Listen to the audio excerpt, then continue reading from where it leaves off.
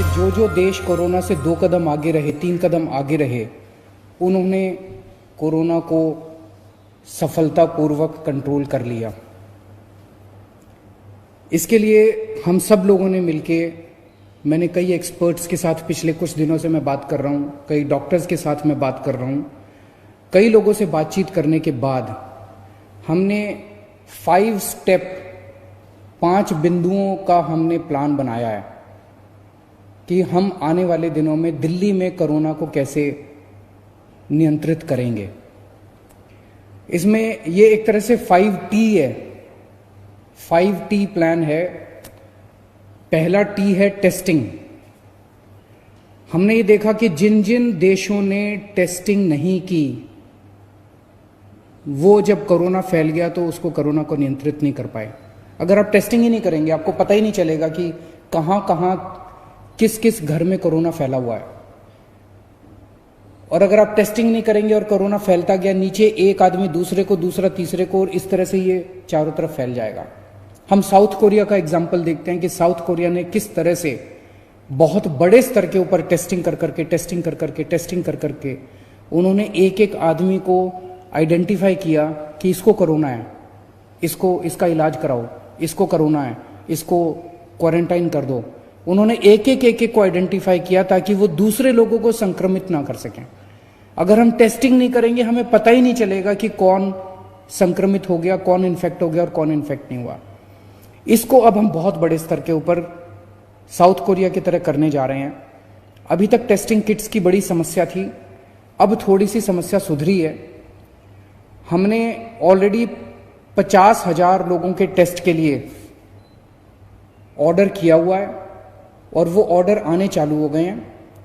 1 लाख लोगों के rapid test के लिए हम लोगों ने ऑर्डर कर दिया है और शुक्रवार से हमें वो 1 लाख रैपिड टेस्ट कराने के लिए हमारे पास डिलीवरी चालू हो जाएगी।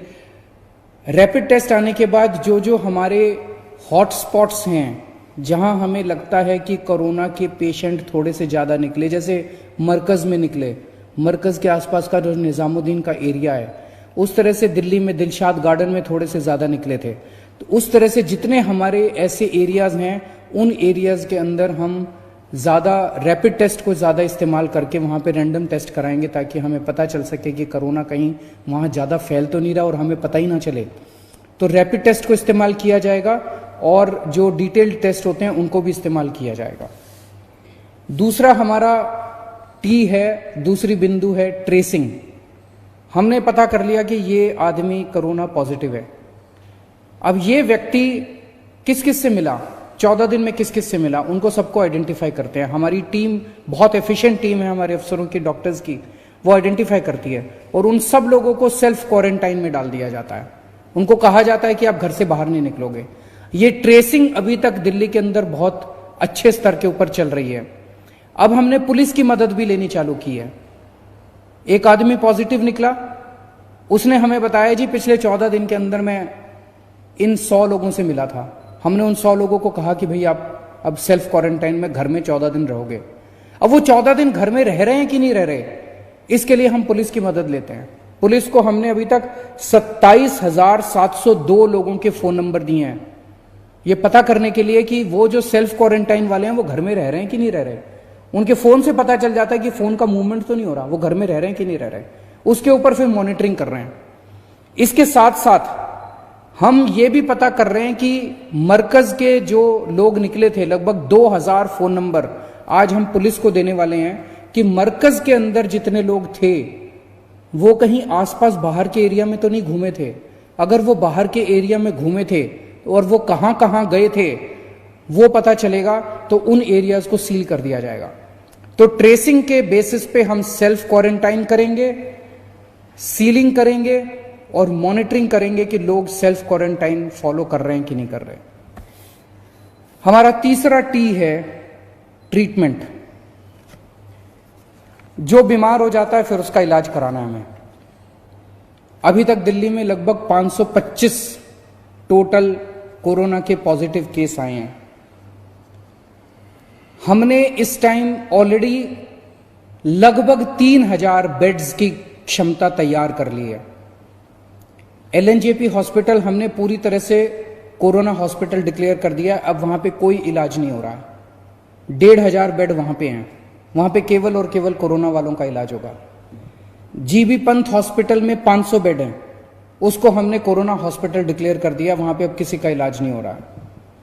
Rajiv Gandhi super speciality hospital में 450 बेड्स हैं, उसको हमने पूरी तरह से कोरोना हॉस्पिटल डिक्लेयर कर दिया, वहां पे अब किसी का इलाज नहीं हो रहा है। तो इस तरह से 2450 बेड्स सरकारी क्षेत्र में हैं और 400 बेड्स हमने प्राइवेट हॉस्पिटल्स के अंदर कोविड डिक्लेयर कर दिए हैं।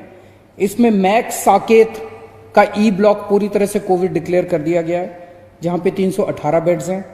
अपोलो के 50 बेड्स कोविड डिक्लेयर कर दिए गए, वहां पे और कोई ट्रीटमेंट नहीं होगा। गंगाराम कॉलमेट के 42 बेड्स, वो अलग बिल्कुल बिल्डिंग है उनकी, उसको हमने कोरोना के लिए डिक्लेयर कर दिया, वहां और कोई ट्रीटमेंट नहीं होगा। ये सारे मिला के 2950 बेड्स बनते हैं।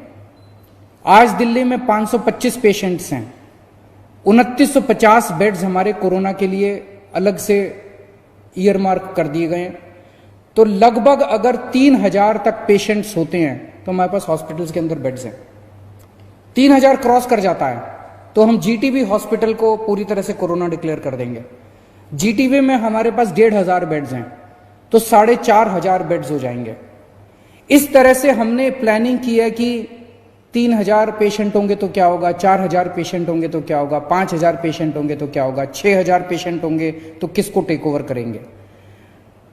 इस तरह से 30,000 एक्टिव पेशेंट्स, अगर दिल्ली में 30,000 पेशेंट्स हो जाते हैं, एक्टिव पेशेंट्स, ट्रीट किए हुए नहीं, कई लोग ऐसे हैं जो कि अस्पताल में आए, इलाज हो गया, ठीक हो गए और घर चले गए, वो नहीं। 30,000 एक्टिव पेशेंट्स जब दिल्ली में अगर होंगे, उसकी हमने पूरी तैयारी की है। 30,000 एक्टिव पेशेंट्स में हमारे पास 8,000 हॉस्पिटल के बेड्स होंगे। वो कौन कौन से हॉस्पिटल्स में होंगे उसकी सारी चिन्हित कर लिया गया है कि इतने के बाद फिर इस हॉस्पिटल को टेक ओवर कर लेंगे, इतने के बाद इस हॉस्पिटल को टेक ओवर। 12,000 होटल के कमरे टेक ओवर किए जाएंगे। किस किस होटल को कब टेक ओवर किया जाएगा इसकी भी चिन्हित कर लिया गया है कि 8,000 पेशेंट होने के बाद इस होटल को टेक ओवर किया जाएगा, 7,000 पेशेंट होने के बाद इस होटल को टेक ओवर किया जाएगा, और 10,000 पेशेंट्स को बैंक्वेट्स और धर्मशालाओं में रुकवाया जाएगा। तो 30,000 जब हमारे पास पेशेंट्स होंगे तो जो सबसे सीरियस पेशेंट्स होंगे, जिन पेशेंट्स को हार्ट की बीमारी या लिवर की बीमारी या कैंसर या सांस की बीमारी या डायबिटीज होगी, वो और जो 50 के ऊपर की उम्र के होंगे, इन लोगों को अस्पताल में रखा जाएगा। और जिन लोगों को माइनर सिम्टम्स होंगे, जो 50 के कम की उम्र होंगे, कोई और बीमारी नहीं होगी इस तरह के, उनको हम होटल में और धर्मशाला में आइसोलेशन में रखेंगे। लेकिन वहां भी सारी मेडिकल सुविधाएं मौजूद होंगी, वहां भी डॉक्टर्स, नर्सेस, सारी मेडिकल सुविधाएं मौजूद होंगी। लेकिन जो सीरियस किस्म के पेशेंट्स होंगे उनके लिए 8,000 बेड्स का इंतजाम किया जाएगा।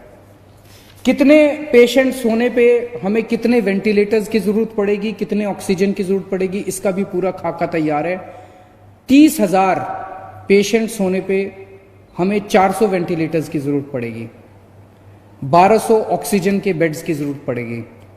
इनकी सबकी तैयारी की जा रही है, काफी तैयारी हो चुकी है। हमें कितने पीपी किट्स की जरूरत पड़ेगी, कितने पेशेंट्स पे, इसकी पूरी कैलकुलेशन की जा चुकी है। इस वक्त बाकी चीजों की उतनी दिक्कत नहीं है, पीपी किट्स की थोड़ी सी समस्या आ रही थी, थोड़ी सी मदद कल केंद्र सरकार से पहुंची है। हमें पीपी किट्स के हमने काफी सारे ऑर्डर कर दिए हैं, लेकिन अगले हफ्ते तक वो ऑर्डर आने चालू होंगे। इस दौरान थोड़ी इमरजेंसी सिचुएशन थी। कल केंद्र सरकार से परसों चिट्ठी आई है कि 27,000 पीपी किट्स वो हमें दे रहे हैं, वो आज या कल में आ जाएगी। तो फिलहाल पीपी किट्स की समस्या भी हमारी दूर हो जाएगी। तो ये ट्रीटमेंट है, तीसरा टी ट्रीटमेंट है। चौथा टी हमारा है टीम वर्क। ये कोरोना को अकेले कोई नहीं ठीक कर सकता। कोई अगर ये सोचे कि मैं अकेला कोरोना को ठीक कर दूं, वो नहीं हो सकता। ये टीम वर्क पे जब तक हम काम नहीं करेंगे टीम की तरह, और मुझे बड़ी खुशी है कि आज सारी सरकारें एक टीम की तरह काम कर रही हैं, राजनीति से ऊपर उठ के सारी सरकारें, केंद्र सरकार, राज्य सरकारें, सारी एजेंसीज, सब एक टीम की तरह काम कर रही हैं। और मुझे बहुत खुशी है कि हम सब मिलकर एक टीम की तरह काम कर रहे हैं। इसमें सारी राज्य सरकारों को भी मिलकर काम करना पड़ेगा। अगर हम दिल्ली के लोग यहां बैठ के सोचें कि अपने को दिल्ली दिल्ली का सोचना है, महाराष्ट्र में कोई बीमार पड़ रहा है तो अपने को चिंता करने की जरूरत नहीं है, ऐसा नहीं है। महाराष्ट्र में अगर कोई बीमार है और जिस दिन लॉकडाउन खुला और वह दिल्ली आ गया तो फिर अपने दिल्ली में फैल जाएगा। दिल्ली में कोई बीमार है और कल लॉकडाउन खुलेगा, वो पश्चिम बंगाल चला गया तो वहां पे फैल जाएगा। तो अपने सारे सरकारों को और सारे देश के लोगों को एक परिवार की तरह एकजुट होकर एक टीम की तरह काम करना पड़ेगा। और सारी राज्य सरकारों को हमें आपस में एक दूसरे से सीखना भी है। मुझे बड़ी खुशी होती है, मैं देखता हूं कि तमिलनाडु में ये हो गया, महाराष्ट्र के अंदर ये हो गया, केरला में ये हो गया, पश्चिम बंगाल में ये हो गया, राजस्थान में ये हो गया, मध्य प्रदेश में उन्होंने ये अच्छा काम किया। हमें एक दूसरे से सीख के एक टीम की तरह काम करना है। डॉक्टर्स और नर्सेस हमारी इस टीम का, हमारे इस परिवार का अहम हिस्सा हैं। किसी भी हालत में हमें उन्हें बचाना है। वो हमारे सबसे बड़े सिपाही हैं। वो हमारी इस टीम का सबसे, उनके परिवार का हमें ख्याल रखना है। कहीं कहीं मैं देखता हूं कि डॉक्टर्स के साथ उनके पड़ोसियों को, उनके कॉलोनी वालों को उन्होंने कहा कि आपको तो कोरोना हो गया होगा, आप कॉलोनी में मत घुसिए। ये सही नहीं है, ये बिल्कुल गलत है, इसको बर्दाश्त नहीं किया जाएगा। सबसे इंपॉर्टेंट इस कड़ी का हिस्सा हमारे डॉक्टर्स हैं और हमारे देश के लोग। हम सब लोगों को इस वक्त, लॉकडाउन के वक्त, एक अनुशासित तौर पे अपने घर में रहना है, सोशल डिस्टेंसिंग का फॉलो करना है। देश के लोग इस टीम का सबसे बड़ा हिस्सा हैं और मुझे बेहद खुशी है, मैं ये देख रहा हूं कि इस वक्त, जरूरत के वक्त, जिन लोगों के पास पैसा है वो सामने आ रहे हैं। जो बहुत बड़े बड़े लोग हैं, पैसे वाले लोग हैं, वो कोशिश करके इधर उधर से पीपी किट ऑर्गेनाइज कर रहे हैं, वेंटिलेटर्स ऑर्गेनाइज कर रहे हैं। जो और कई सारी धार्मिक संस्थाएं हैं, सामाजिक संस्थाएं, वो खाने का इंतजाम कर रही हैं। और मुझे बड़ी खुशी है कि हम सब, ऑपोजिशन हो या पक्ष हो या विपक्ष हो, सब एक साथ मिलकर काम कर रहे हैं। थोड़े दिन पहले मैंने सभी बीजेपी के लीडर्स के, दिल्ली के लीडर्स हैं उनके साथ, जो एमएलए उनके साथ बात की थी। कल मैं सभी दिल्ली के सांसदों के साथ बात करने जा रहा हूं। उनके विचार, उनकी जो भी बातें, उनको हम सुनेंगे, उनके हिसाब से साथ काम करेंगे। और 5वां टी है ट्रैकिंग एंड मॉनिटरिंग। मैंने इतनी सारी बातें तो बोल दी, लेकिन इन सब बातों को मॉनिटर करना, उसको ट्रैक करना कि चीज़ें सही चल रही हैं, इसकी जिम्मेदारी मेरी है। दिल्ली के अंदर 24 घंटे मोमेंट टू मोमेंट ट्रैक करना कि जो पूरा हमने प्लान बनाया वो प्लान उसके हिसाब से चल रहा है, इसकी जिम्मेदारी मेरी है। वो 24 घंटे मैं ट्रैकिंग कर रहा हूँ, मैं मॉनिटर कर रहा हूँ और मैं इसके ऊपर नज़र रखूँगा। मुझे पूरी उम्मीद है कि अगर हम कोरोना से 3 कदम आगे रहेंगे तो हम कोरोना की इस लड़ाई को मिलके जीत पाएंगे, टीम की तरह जीत पाएंगे।